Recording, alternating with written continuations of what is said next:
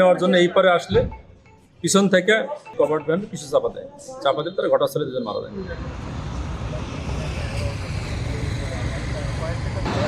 খালেদ ভাই, আমি এখানে দাঁড়িয়েছিলাম পুলিশ সদস্য আর আমি দাঁড়িয়েছিলাম। এখান থেকে দৌড়ে যায় দেখি যে আপনার লাশ পড়ে আসে ওই জায়গায়। আর গাড়ি অতটা বোঝা যায়নি, যে ধুলার মধ্যে তুলা উঠতেছে পেছনে। গাড়ির নাম্বারও বোঝা যায়নি এবং গাড়ির কালারও অতটা বোঝা যায়নি।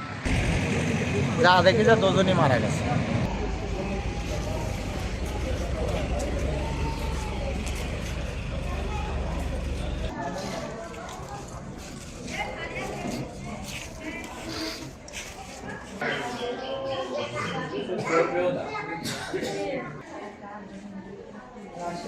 না ধরলেও শেষ করে দিবেন।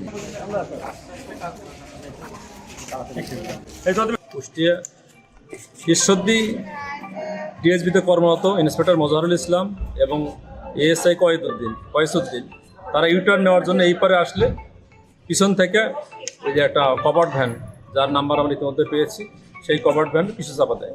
চাপা দিয়ে তারা ঘটনাস্থলে দুজন মারা যায়।